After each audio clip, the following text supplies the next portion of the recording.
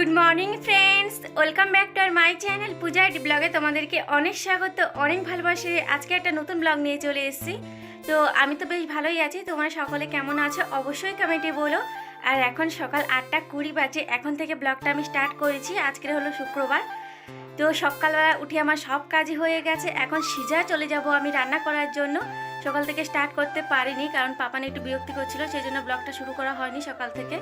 তো এখন থেকে তোমরা দেখো প্লিজ, কেউ স্কিপ না করে। তো আশা করছি তোমাদের ভালো লাগবে। তো এখন চলে যাব আমি রান্না করার জন্য। আর কী কী রান্না করছি অবশ্যই তোমাদের সঙ্গে শেয়ার করব। আর আজকে সোনা বাবা আর মা তো ওত পেতে রয়েছে, কখন মাছ আসবে মাছ নেবে সেই জন্য। তো চলো রান্নাঘরে কী কী আগে থেকে মা কেটে রেখেছে তোমাদেরকে দেখাই। তো এই যে দেখো, আজকের হচ্ছে আমি এইগুলোই রান্না করব। আজকের কচু রান্না করব, মাছ দিয়ে উচ্ছে আলু ভাজবো, আর এই কুমড়ো শাকটা রান্না করব। তো এখানে দেখো ওত পেতে বসেছিল দুটো, এখন চলে গেছে মাছ নেওয়ার জন্য। গেছে তাই কি, কিন্তু এনার কাছে মাছটা নেবে না, এনার কাছে মাছটা ভীষণই দাম করছে। আর মাছটা তেমনও ভালো নয়, হ্যাঁ জানতো, কিন্তু তেমনই একটা ভালো নয়, সেই জন্য নিল না। তো এখন শুধু দেখেছে, দেখো এনার এই মাছগুলো জল ছিটকেছে সারা গায়ে, এনার অবস্থা দেখো।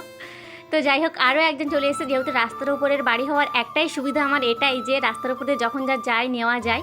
তো এখানে দেখো, এইখানে এই আঙ্কেলটার কাছ থেকে মাছটা নেবে। তো এখানে মা মাছ দেখছে, দেখতেই পাচ্ছ। তো এইখান থেকে ওই যে রুই মাছটা রয়েছে, ওই রুই মাছটাই নেবে এখান থেকে সব দেখে টেকে। তো চলো তোমরা দেখতে থাকো।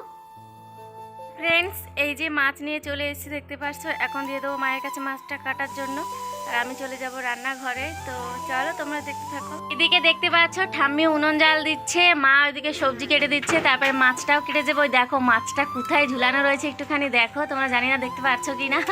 আর এখানে দেখো পাপানের ম্যাগি আমি করছি, একদিকে তো ভাত চাপানো।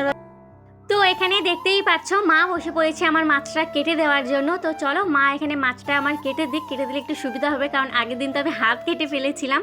যেহেতু বড় মাছ কাটতে ভয়ই লাগে, পারি না। মা নিজেই বড় হয়ে দেখো মাছের মুড়োটা কাটতে কি কষ্ট হচ্ছে, মানে মাছটা কেটে নিয়ে আসলে ভালোই হতো, বাজার থেকে হলে কেটে নিয়ে আসতো বাড়ি থেকে, সেই জন্য। তো চলো রান্নাবান্নার সাথে দেখা করছি। তো ফ্রেন্ডস, আমার রান্নাবান্না কমপ্লিট হয়ে গেছে, দেখতেই পাচ্ছ। এখানে কচু দিয়ে মাছটা রান্না করেছি, কুমড়ো শাকটা এখানে দেখো, আর এখানটায় মাছের তেলগুলো ভাজা করেছি, আর উচ্ছে আলু ভাজা করেছি। আর এখানে বাবার জন্য কলা দিয়ে মাছ দিয়ে রান্না করেছি পাপার জন্য। আর এখানে কটা মাছ ছিল ভেজে রেখে দিয়েছি রাতের জন্য। তো চলো রান্নাবান্না কমপ্লিট হয়ে গেছে, সবাইকে খেতে দিয়ে তারপরে তোমার সঙ্গে দেখা করছি।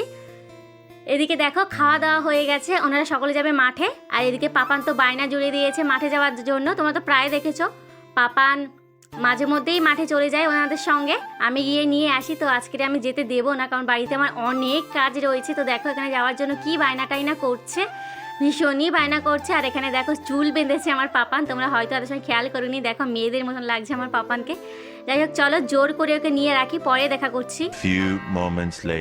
হ্যালো ফ্রেন্ডস, তো এখন চলে এসেছি আবার তোমাদের সঙ্গে কথা বলার জন্য। তো এখন বাজে বিকেল 4:20, এখন থেকে আবার ব্লগটা আমি স্টার্ট করেছি। তো চলো, এখন তো বাড়িতে কেউই নেই, ফুল তুলতে চলে গেছে। সকালবেলায় ফুল তুলেছিল, তো মা আমাকে বলে গেছে ফুলগুলো বাছার জন্য। আর বিকেল থেকে যেসব কাজগুলো করবো তোমাদের সঙ্গে অবশ্যই শেয়ার করবো। তো চলো তোমরা দেখতে থাকো। আর এইদিকে দেখো আমার পাপানও উঠে পড়েছে, তোমরা দেখতে পাচ্ছ। তো আমার পাপান এই যে গাড়ি নিয়ে খেলা করছে, আর হাতের ওই কাঠের টুকরোটা ওর মাইক বানিয়ে রেখেছে, আর ঘড়িটাও পরে নিয়েছে, দেখতে পাচ্ছ। বলছে ঘুরতে যাওয়ার কথা, তাই আমি বলছি বাবা ফুলগুলো বেছে নিই, তারপরে কাজবাজ সেরে যাব। তো বলছে আমি আজকে ঘড়ি পরে ঘুরতে যাব, তোকে আমি ঘড়িটা পরিয়ে দিয়েছি, দেখতেই পাচ্ছ তোমরা।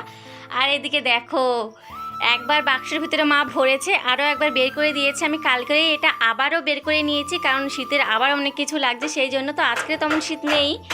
তো এই দেখো আমার পাপান দুষ্টুমি করছে। যাই হোক চলো, এই যে বারান্দায় এই ফুলগুলো দেখছো, মা ভিজে কাপড় দিয়ে গেছে। এই ফুলগুলো এখন আমি বেছে নেব, মানে দাগি যেগুলো সেগুলো বাছবো। তো চলো তোমরা দেখতে থাকো।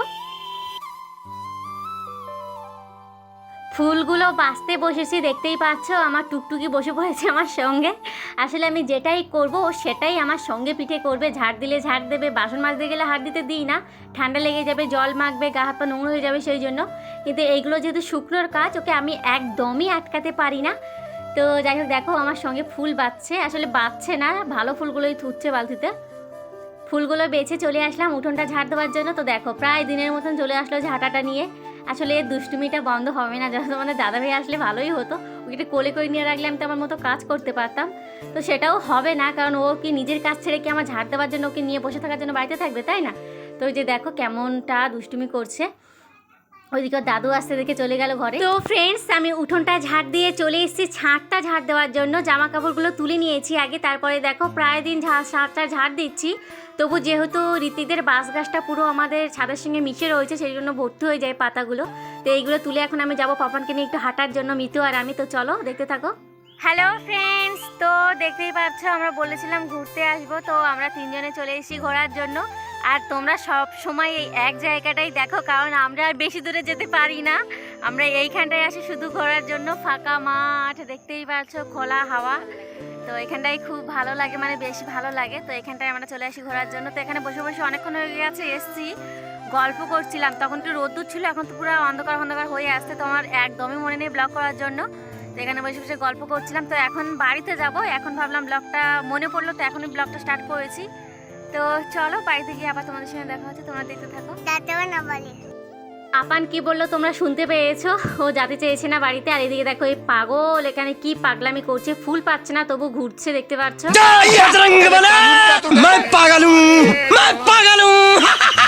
না, মিতু আজকে সত্যি ফুলের কড়ি খোঁজার জন্য পাগল হয়ে যাবে। ও এখানটায় ফুলের কড়ি খুঁজছে ঠাকুর ঘরে পুজো দেওয়ার জন্য, কিন্তু আমার জেঠুরা তো ফুল গাছগুলো সব কেটে দিয়েছে, এখানে দেখতেই পাচ্ছ। তবু দুই একটা খুঁজছে, যদি পাই। তো চলো বাড়ি থেকে পরে দেখা হচ্ছে। হ্যালো ফ্রেন্ডস, তো বাড়িতে চলে এসেছি। আর এটা কখনকার ভিডিও তোমরা জানো, এটা হলো রাত 12টা কত বাজে, 12:52 এরকম হবে হয়তো বাজে। দেখো আমার পাপান উঠে খাচ্ছে। তো কেন খাচ্ছে তোমাদেরকে বলছি, চলো তোমরা দেখতে থাকো। আমার পাপানের আজকে খুবই খিদে পেয়েছে, এত রাতে উঠে আমার পাপান খিদের জন্য খাবার খাচ্ছে, বসে বসে একটা নিমকি ছিল সেটাই খাচ্ছে। ফ্রেন্ডস, দেখতে পেয়েছো মাঝ রাতে কি হচ্ছে, 12টা এখন 52 বাজে রাত। তো আমার তো একদমই ব্লগটা শেষ করতে একদমই খেয়াল নেই। আমি তো পাপানকে খাইয়ে শুয়ে পড়েছিলাম খেয়ে দিয়ে। তো এখন আমার পাপা খিদে পেয়েছে, তো উঠে আমাকে কিন্তু খেতে চাইলো, তো ওই খাবারটা আমি ওকে দিয়েছি একটা। আর এখন টাইমটা দেখি 12:52 ফ্রেন্ডস। তো এটা ভাবতে আমি পারছি না, আমার পাপান এত রাত্রে পাপানের খিদে পেয়েছিল। তো যাই হোক ভালোই হয়েছে, উঠে পড়েছে, আর আমি আজকে ব্লগটাও এখন শেষ করতে পারছি। তো ফ্রেন্ডস দেখো আমার পাপান খাচ্ছে এখনও মশারির ভিতরে বসে বসে। তো যাই হোক চলো আজকের মতন ব্লগটা এখানেই শেষ করব। ভালোই হয়েছে পাপান উঠেছে বলে ব্লগটা আমি শেষ করতে পারছি, না হয়তো হতোই না। তোমাদের যদি ভালো লেগে থাকে অবশ্যই একটা লাইক কমেন্ট শেয়ার করে দেবে, নতুন হলে প্লিজ সাবস্ক্রাইব করতে একদমই ভুলবে না। তো চলো আজকের মতন সবাইকে টাটা, গুড নাইট। দেখা হবে আগামীকাল একটা নিউ ব্লগ নিয়ে, নিউ ভিডিও নিয়ে। ততক্ষণ তোমরা ভালো থেকো, সুস্থ থেকো, সবাইকে টাটা অ্যান্ড গুড নাইট। खत्म। Bye bye, tata, good bye.